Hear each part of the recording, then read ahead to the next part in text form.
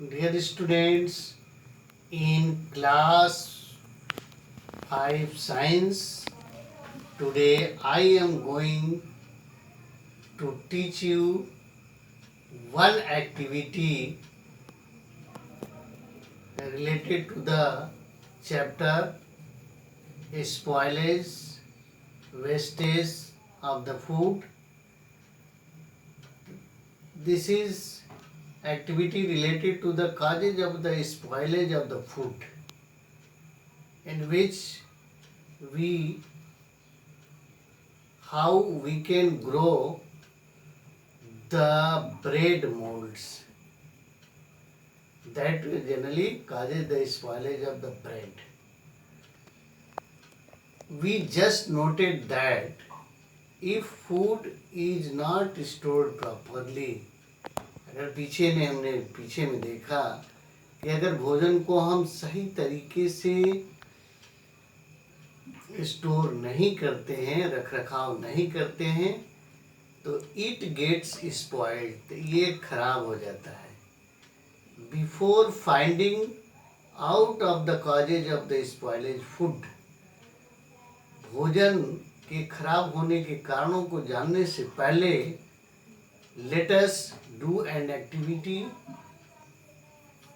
to know or to grow the bread molds. Let us start the activity to understand. Yes, take a piece of the bread and divide it into 3 parts. एक bread का piece लेते हैं और इसको 3 भागों में बांट देते हैं. And provide the condition as mentioned below to the 3 parts of the bread for 6-7 days.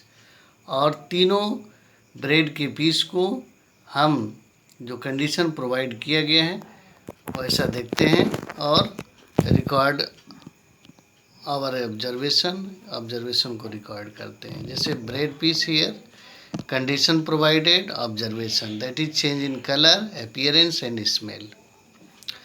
First bread piece, just I have taken here.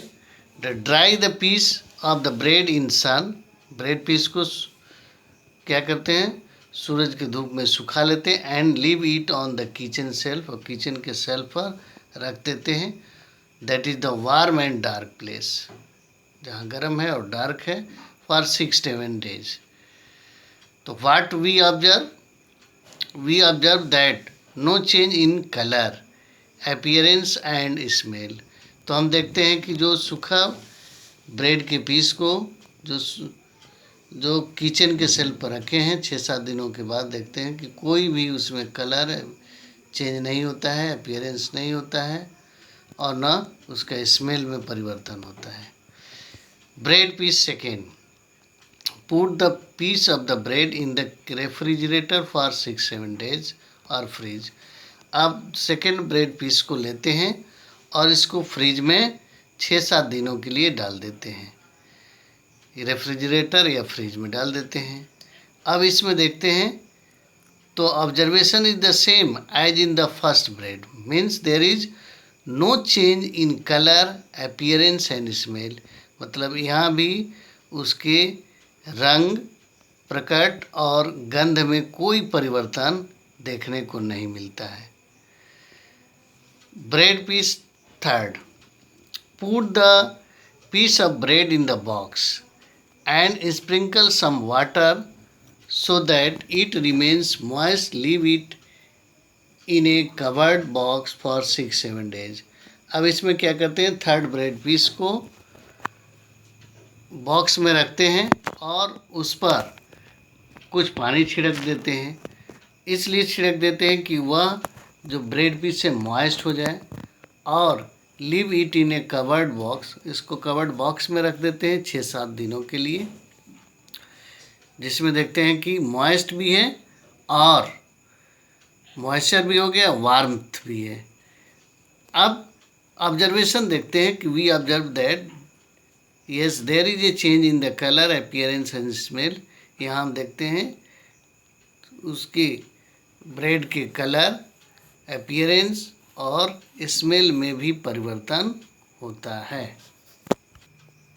If the question arises which piece of the bread has cottony growth on it and which becomes red, brown, black after a few days, तो देखते हैं in first bread, in second there is no change in colour, appearance and smell, but in bread piece third there is a changes takes place because the bread mold starts growing on the bread.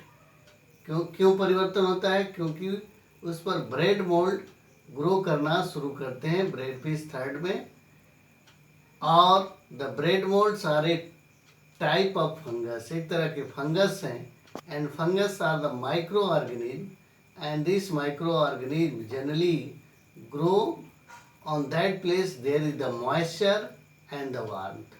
तो यहाँ bread piece third में हमने box में रख दिया था बंद करके, इसलिए वहाँ वार्मथ गर्मी भी थी और उसमें हमने पानी छिड़क दिया था ताकि उसकी वो नमी बनी रहे, इसलिए ये दोनों सुटेबल कंडीशन था जो कि फंगस के ग्रोथ के लिए जरूरी है। आप उस फंगस को we can observe with the help of the magnifying glass और under the microscope के थ्रू भी हम बहुत अच्छे तरीके से देख सकते हैं। तो यह एक्टिविटी यह प्रदर्शित करता है कि जहाँ मॉइस्चर हो, वार्मथ हो, वहाँ फंगस ग्रो करते हैं और यही फंगस भोजन को क्या करते हैं? स्पॉइल कर देते हैं, खराब कर देते हैं। तो these are the microorganisms that are responsible for causes of the spoilage of food. This is about today from my side in class by 5 biology. Dear student, you like and subscribe my channel.